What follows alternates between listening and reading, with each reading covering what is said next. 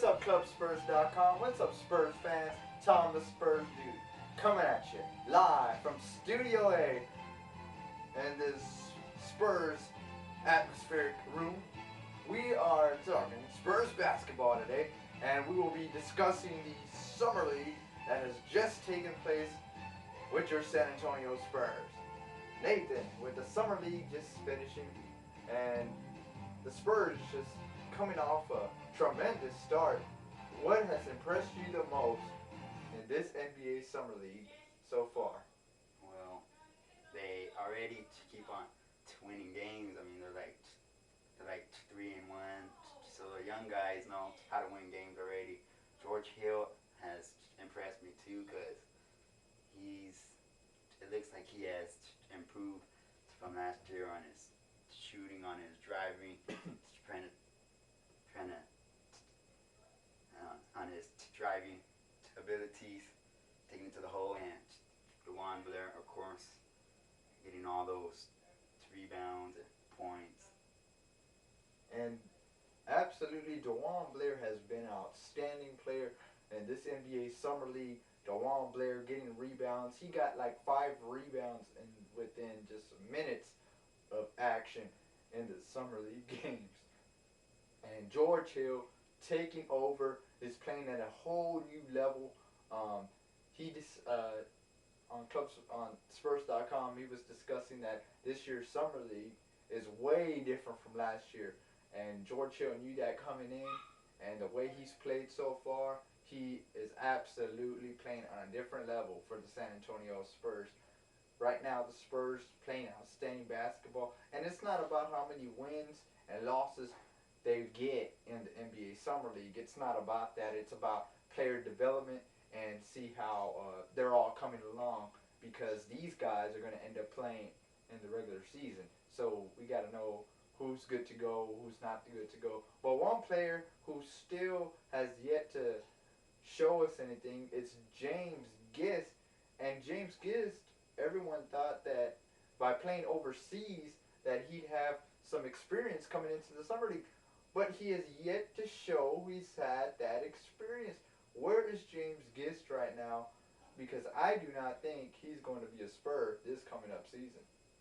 Yeah, I mean, put your chat together, dude. I mean, you've been playing overseas, but yet, I mean, how hard is it just to play simple basketball? Another Spur that maybe finally getting some minutes is Jan Miami. Saw some good progress from him in the Summer League with the rebounds and scoring. He finally, showed that he could do what he needs to do in order to play in games and contribute to the San Antonio Spurs. I don't know if Jack McClinton is ready to play for the Spurs yet. I think he's going to be at Austin Toro for the remaining of this season, just because I just haven't seen him score. I haven't seen him hit a 3, maybe like 1 for like 5. I mean, he just hasn't been Jack McClinton lately. He's been more like just Jack Mac, but not Clinton. And he's just not been completely there. Looking forward to him improving, but haven't seen that yet. Hopefully Jack McClinton can start, stepping up a notch. The games are winding down. Spurs are down to like 1 more game, so he's got to show us more. But with the other Spurs playing, with the Summer League already about to wind down, getting down to its last final game, going into the season, obviously preseason it'll be around the corner in October. I'm saying this now because October will be here in just 2 snaps, and it'll be here. So Nathan, with the preseason coming up, no one knows who the Spurs are going to play yet, but when it does come, what do you expect to see from the guys you've already seen right now in the Summer League? Basically the same thing.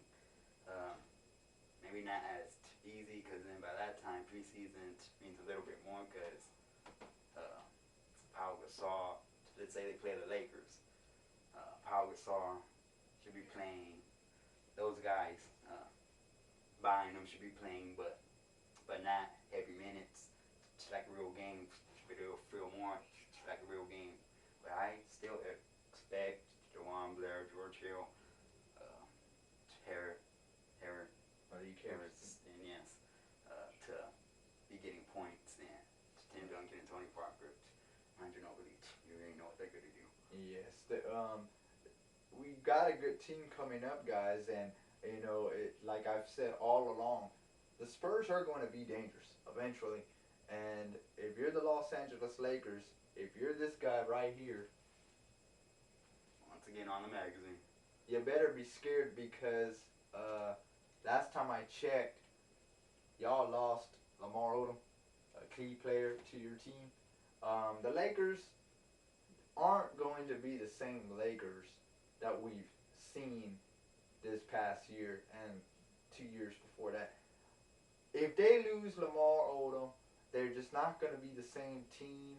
I don't think the Lakers will even be the same without Lamar Odom. They lost Trevor Ariza. That's already bad in itself. Yes, they picked up Ron Artest, but Ron Artest is only going to fill in the void. See, by getting Ron Artest, the Lakers were going to look extremely well. But then they lose Lamar Odom, and then they lost Trevor Ariza. So getting Ron Artest is almost like it's like a band-aid. It's like just covering up the cut. Um, it would have been great if they could have kept all those guys. Then you have an argument. But for now, the Spurs are already better than the Lakers. It doesn't. It doesn't matter. Even though they're the NBA champions, they're already better than the Los Angeles Lakers right now, and that's the San Antonio Spurs. DeJuan Blair, Tim Duncan, Tony Parker, Roger Mason Jr., Richard Jefferson, Drew Gooden, just to name a few, that are just on the Spurs team that are going to light it up this season, and it's going to be interesting to see what happens, what goes down, what takes place at the AT&T Center and on the road. The Spurs look forward to them progressing as a team individually, and just look for them to get a whole lot better. Now we could talk about some other teams, like the New Orleans Hornets. I don't know if they're gonna be contenders again. I don't know. Other than Chris Paul, David West, Peja Stojakovic, and Morris Peterson, the Hornets don't scare me. They really didn't make enough noise last year, and I don't know if they're going to make noise this year coming up. A couple other teams out there. The Portland Trailblazers, now they may be a good team now.